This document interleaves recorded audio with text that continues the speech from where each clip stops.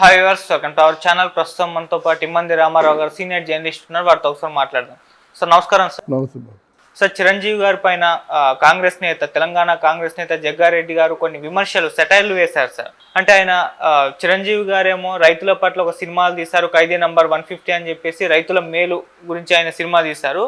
కానీ నిజ జీవితంలో మాత్రం ఆయన రైతుల కోసం ఎటువంటి మద్దతు తెలపలేదు. ఢిల్లీలో రైతుల కోసం రైతులు ధర్నా చేస్తున్నారు కదా, వాళ్ళ కనీసం మద్దతు కూడా తెలపలేదు. రైతుల పేరు చెప్పి సినిమా తీసి కోట్లు సంపాదించారు, మద్దతు మాత్రం లేదు. ఆయన సినిమా హిట్, రైతులు మాత్రం ఫట్. ఆయన కేవలం బీజేపీకి, పవన్ కళ్యాణ్ గారికి మాత్రమే మద్దతు తెలుపుతారు.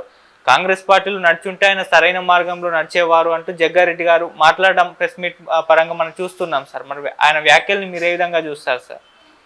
ఇక్కడ జగ్గారెడ్డి గారు మాట్లాడే మాటలు ఒక కాంగ్రెస్ పార్టీ వ్యక్తిగా మాట్లాడాడు.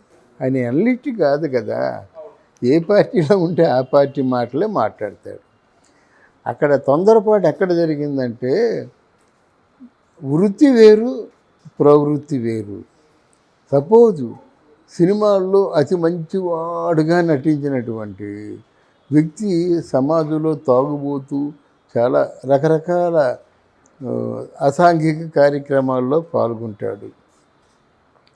సినిమా ఆవిడ పేరు చెప్తే అడిలిపోయేటువంటి సూర్యకాంతమ్మ మరో అన్నపూర్ణమ్మ. ఇంటికి వెళ్ళే వాళ్ళని ఎవరిని కూడా భోజనం చేయకుండా రానివ్వదు. ఆ షూటింగ్లో ఉన్న వాళ్ళందరికీ కూడా 2 పెద్ద క్యారియర్లు తీసుకొస్తుంది. 2 పెద్ద క్యారియర్లు తీసుకొస్తుందని దాని వెనక ఏదో రాజకీయ కుట్ర ఉందని అనుకోగలమా? అది ఆవిడ ఈ అభిరుచి. మరి 2 క్యారీలతో అన్నం తెస్తున్నావు కదా, మరి ఈ గయ్యాల పాత్ర నీకు ఎందుకు అంటే, ఆవిడ ఏముంటుంది, అది పాత్ర, అది నటన వేరు, జీవితం వేరు అనేటువంటి 2 విడదీసి చూడాలి, కానీ 2 కలిపి చూడకూడదు మనం. ఒకటి. రెండోది ఏంటంటే, ఇలాగ ఎగ్జాంపుల్స్ చెబుతుంటే ఎస్వి రంగారావు గారిని చూసిన వాళ్ళు ఎవరైనా అంత 24 hours సిగరెట్లు కాలుస్తాడు లేదా మందు తాగుతాడని ఎవరైనా అనుకుంటారా? ఎంత సోబర్గా ఉంటాడు. ఒక జమీందారు అంటే ఎస్వీఆర్ఏ,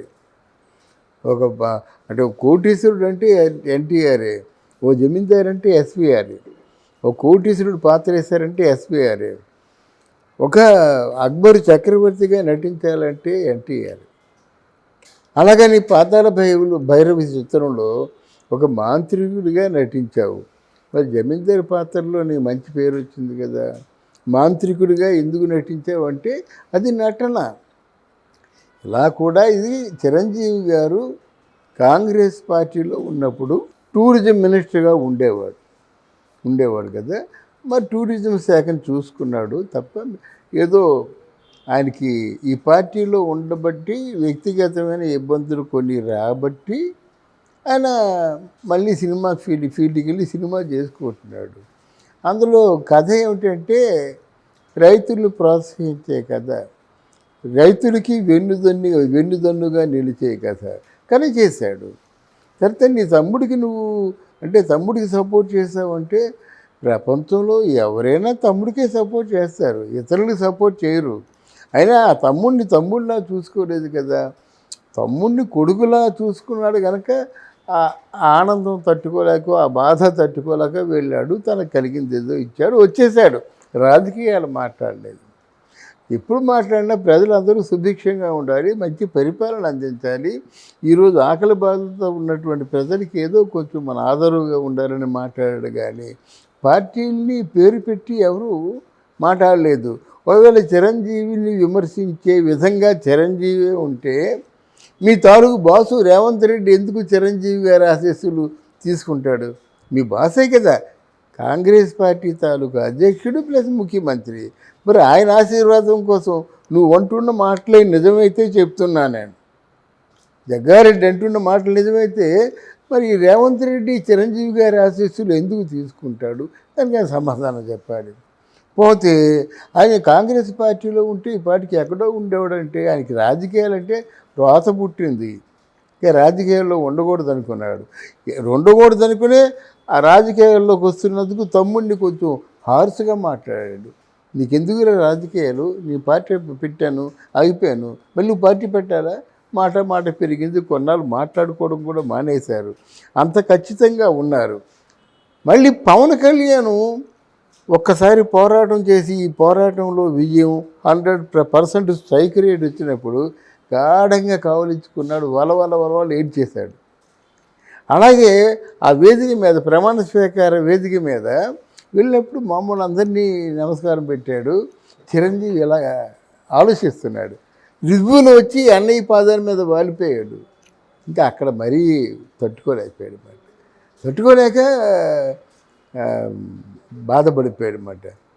మూడో విషయం ఏంటంటే, భారతదేశానికి ప్రధానమంత్రిగా ఉంటున్నటువంటి మోదీని భారతదేశంలో ఒక సామాన్య పౌరుడుగా ఉంటున్న చిరంజీవి దగ్గరికి ఇలా మామూలుగా చిన్ననాటి స్నేహితుని తీసుకొస్తారు కదా, తమ్ముడు మా అన్నయ్య అంటాం కదా, అలా తీసుకొచ్చి చూపించినందుకు అప్పుడు తట్టుకోలేకపోయాడు, బొగ్గలు చిదిమాడు అన్నమాట.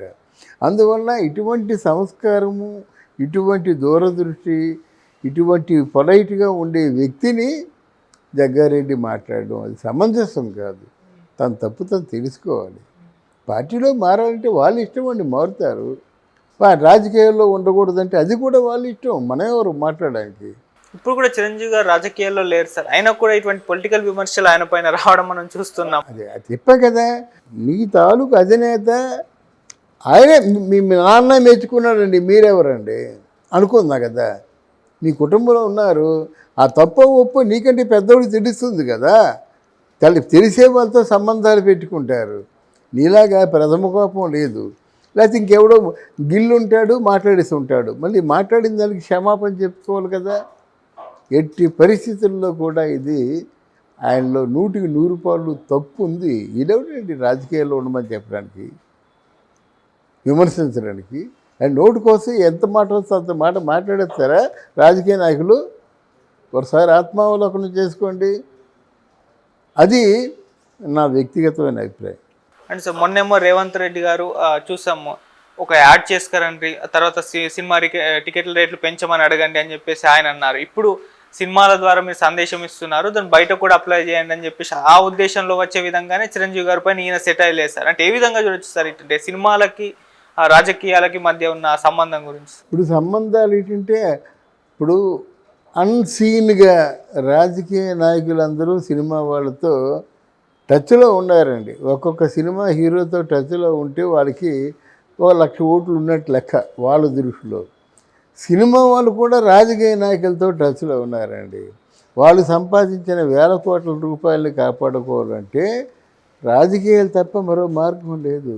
రెండు కలిసిపోయినారు, పాలు తేనెల్లాగా అంటాం కదా, అంత మధురంగా కలిసిపోయారు అన్నమాట. ఎవరైనా నోరు జారితే వాటికి సమాధానం చెప్పుకోవాల్సి వస్తుంది. మరి ఇప్పుడు చిరంజీవి గారు అంటే మామూలుగా ఈ ఆయన వ్యాఖ్యలకు రియాక్ట్ అవుతారంటారా సార్?